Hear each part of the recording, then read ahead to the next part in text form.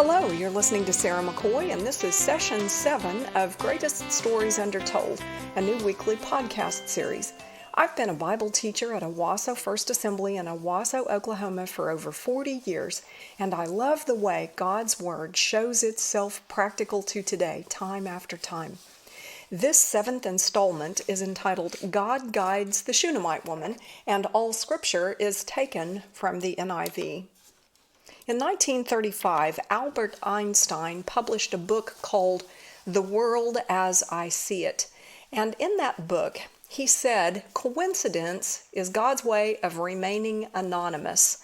That quote from the book has become pretty well known, and there is a lot of biblical precedent for the truthfulness of it. So come with me to 2 Corinthians chapter 4.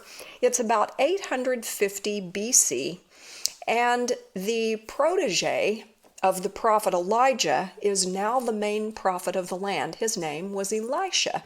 He had been there when Elijah was received up into heaven in a flaming chariot, and he had taken Elijah's mantle, which was representative of the power and presence of God, and he had his ministry mostly in northern Israel because the nation had split years before into the northern kingdom and then also Judah in the south.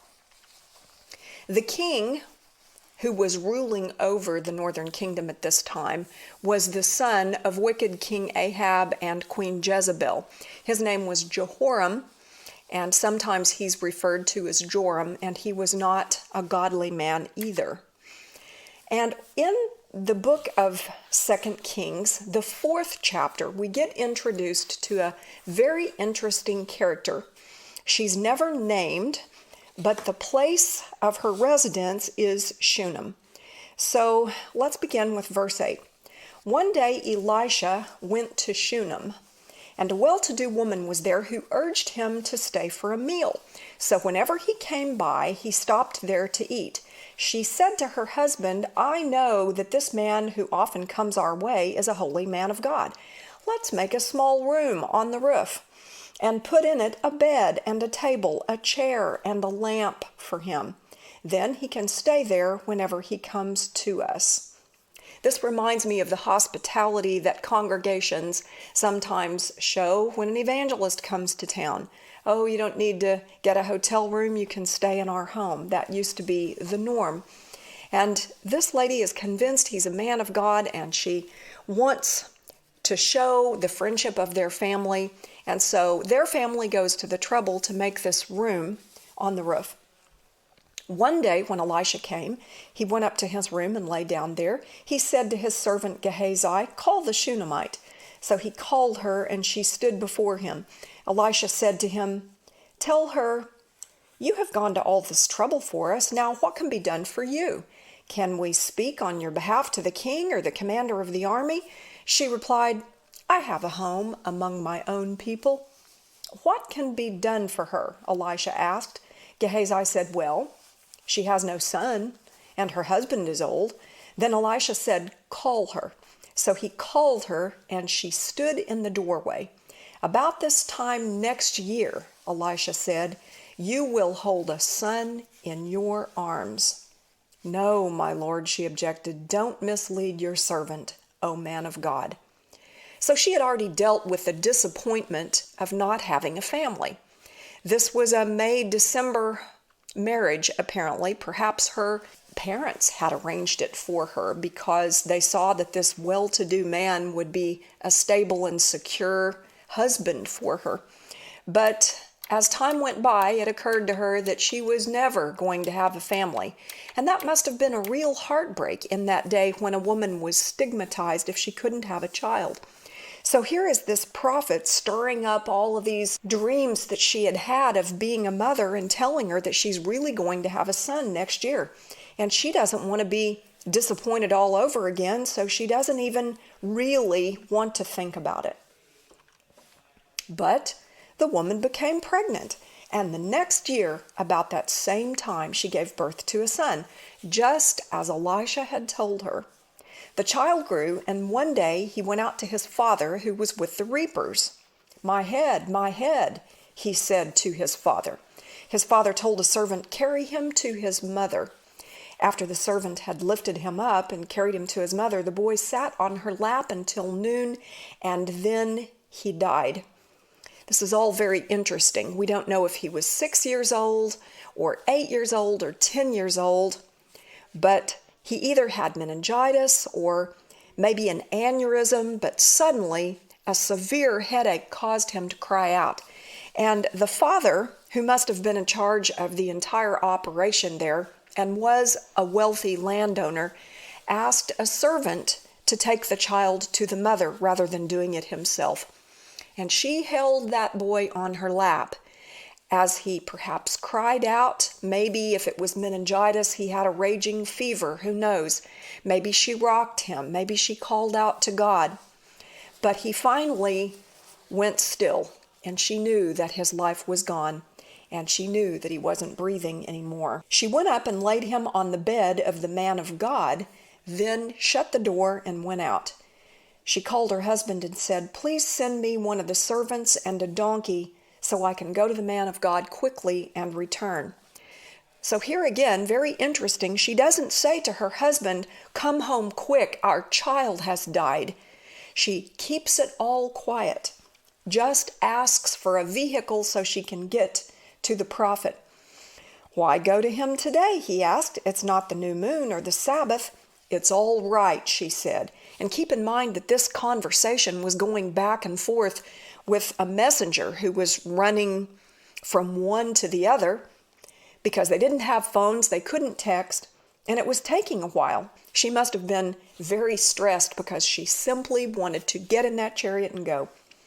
She saddled the donkey and said to her servant, "Lead on. Don't slow down for me unless I tell you."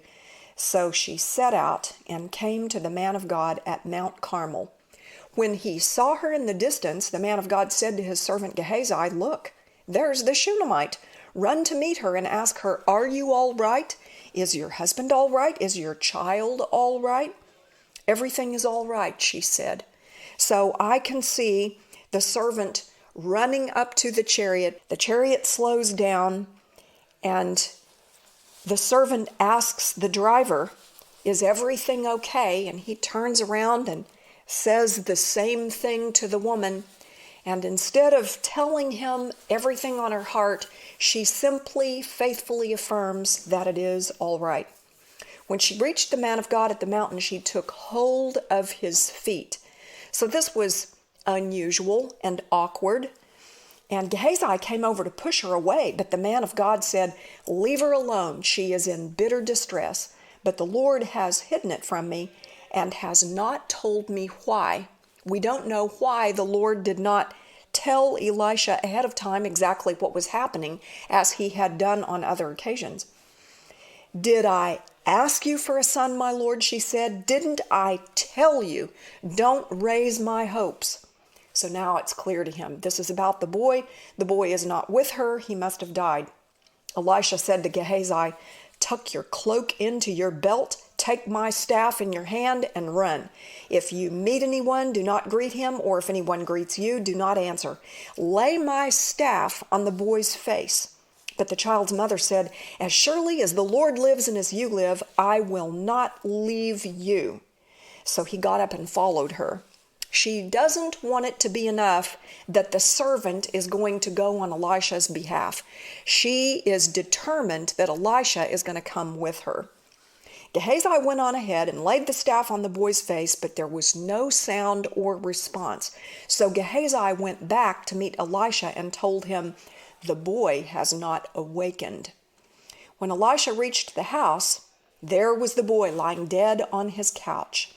He went in, shut the door on the two of them, and prayed to the Lord. Then he got on the bed and lay upon the boy, mouth to mouth, eyes to eyes, hands to hands.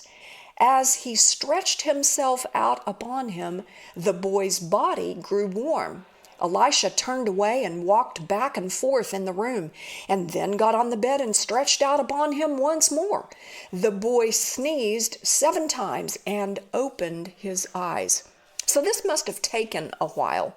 He's pacing the room and he's calling on God. Maybe he's wringing his hands. Maybe he's sweating. Maybe he's kneeling down part of the time. Finally, he has this inspiration and he lays his body upon that cold, stiff corpse and he waits. And then as the body warms, he gets up and paces the room again.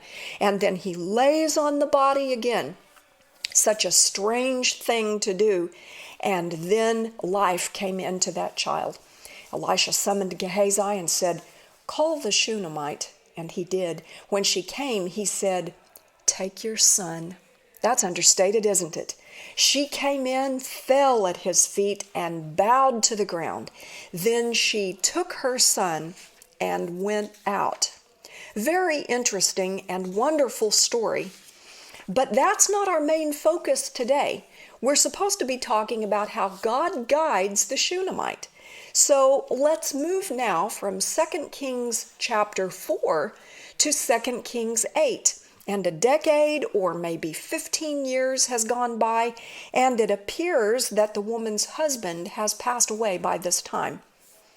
2 Kings 8. Now Elisha had said to the woman whose son he had restored to life, "Arise and depart with your household and sojourn wherever you can, for the Lord has called for a famine, and it will come upon the land for 7 years." This is wonderful news that God is watching over her to protect her from the fallout of this coming famine.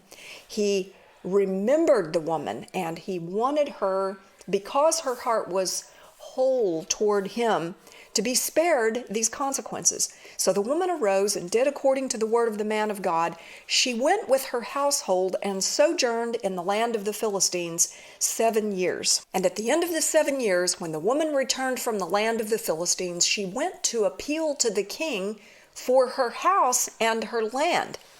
In other words, when she came back, squatters had taken over the land. They were farming it.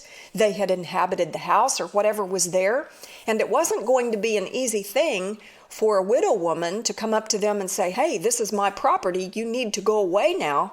She needed to have some sort of legal strength behind what she said to get these people off, or they would just say, "Finders keepers, losers weepers." Now the king was talking with Gehazi, the servant of the man of God, saying, "Tell me all the great things that Elisha has done." So are you picturing this here? It happened to be a day when that same servant of Elisha had gone to see the king in the capital city of northern Israel, which was Samaria. And this king is apparently making casual conversation with Gehazi. They're sitting perhaps on a weekday in the throne room where all of these edicts and judgments come from the king. He serves kind of like the Chief Justice of the Supreme Court at the same time that he is the chief executive officer of the country and also probably the chief lawgiver. And they're looking for something to talk about, and so he says to Gehazi, "Tell me about Elisha and some of the things that have happened in his ministry." And while he was telling the king how Elisha had restored the dead to life, behold, the woman whose son he had restored to life appealed to the king for her house and her land. This is amazing timing, and you will recall that we just looked at the quote from Albert Einstein's book where he said coincidences are God's way of remaining anonymous. So if you're going to tell the king about Elisha's ministry, you want to pick the highlights. And of course, one of the highlights was the raising from the dead of this Shunammite woman's son. So he's telling her about that, and apparently a servant comes to the door and knocks and says, "Your Highness, there is a woman outside who would like to see you." "All right, we'll send her in. What's the problem?" "Well, it has to do with a property matter." And so he is being asked to be a judge. And Gehazi said, "My lord, O king, here is the woman, and here is her son whom Elisha restored to life." Their conversation was interrupted, and it was the woman and her now adult son. And when the king asked the woman, she told him. So the timing bears the signature of the Lord God Almighty himself. So the king appointed an official for her, saying, restore all that was hers, together with all the produce of the fields from the day that she left the land until now. So because she has Gehazi here to corroborate everything about her life and her right to this property that she had owned before with her husband, the king is so impressed with the story and the son standing there that had been raised from the dead that he appointed some sort of a deputy to go with her, military reinforcements perhaps, to go and say to the people that were squatting on that property, you have to leave now, and whatever money you have made off of this property for the last 7 years, you must pay her. Psalm 31:15 says, my times are in your hand. Rescue me from the hand of my enemies and from my persecutors. I am reminded now of a book that was on the New York Times bestseller list. It was written by Dr. Mary C. Neal, who is a spine surgeon, and it was published in 2011. It's the story of her miraculous recovery from being underwater for 30 minutes. But at the end of the book, she says, my life experiences would argue against the concepts of coincidence and luck. It would support the belief that there is only the guiding presence and plan of God who uses his assortment of angels and messengers to lead us and communicate with us. What a biblical conclusion to come to after seeing the way the Lord beautifully orchestrates all of the circumstances of your life. Proverbs 3:5-6 says, trust in the Lord with all your heart and lean not on your own understanding. In all your ways acknowledge him, and he shall direct your paths. There are other examples of the Lord directing people's paths during times of blessing and during times of trials. You may recall that Abraham's servant was sent to find a wife for Isaac, and at the very moment that he walked up to a well to water his camels, the future wife of Isaac, Rebekah, walked up, and he knew she was the right one. You may recall that Pharaoh's butler remembered that Joseph, who was in prison, could interpret dreams at the very time that Pharaoh had a dream that desperately needed an interpretation for the future well-being of all of Egypt and the surrounding areas.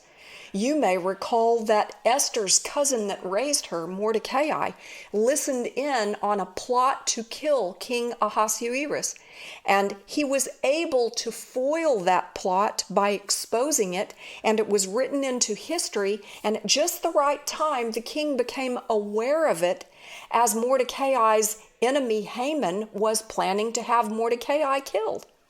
You may also recall that God guided Mary and Joseph as they went to Bethlehem for the census before the birth of Christ, and then as they fled to Egypt because Jesus' life was at risk.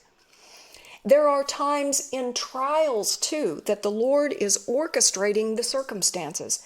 Job's tragedies were for a purpose that he could not understand, and they all occurred on the very same day, but the Lord got glory out of all of that and restored to him what had been lost. Moses was born during a time of infanticide in Egypt, but the Lord's timing was perfect. A big fish or whale was prepared by the Lord at exactly the right moment when Jonah went overboard during the terrible storm, so that his life was preserved when he thought he would drown. And even Jesus, in his trials of temptation right after his 40-day fast, faced a difficult time when he was tempted to turn stones to bread at the very time when he was at the point of starvation. Proverbs 16:9 says, "The heart of man plans his way, but the Lord establishes his steps." Proverbs 37:23 says, "The steps of a man are established by the Lord when he delights in his way." The bottom line is, we can trust God with the timing of the good and the bad events of our life and become fully convinced that He will use those for His honor and glory. One more quote from To Heaven and Back by Dr. Mary C. Neal. It is written in Hebrews 11:1 NIV, "Faith is being sure of what we hoped for and certain of what we do not see." Martin Luther King Jr. translated this into the world of action when he stated, "Faith is taking the first step even when you don't see the whole staircase." Can you trust God with the timing of the events in your life? If this message has been a blessing to you, pass it along.